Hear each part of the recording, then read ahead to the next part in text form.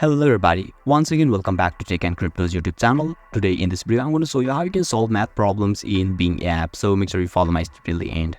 First thing first, I assume that you already have an account on Bing app and already logged in, and now right after that you will be able to see the interface or dashboard of the Bing apps on the screen, where you can see the apps option at the bottom right corner at the footer. So you simply need to tap on that option, and now you can see another section pops out.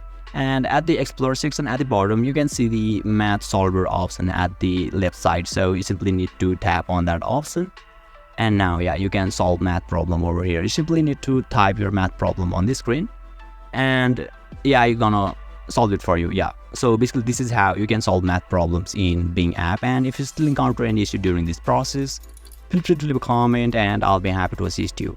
If you found this video helpful, please give it a thumbs up, and if you are new to this channel, make sure to hit the subscribe button and set the bell icon to on so that you can stay up to date with our latest content. Thank you for watching, and I'll see you next time.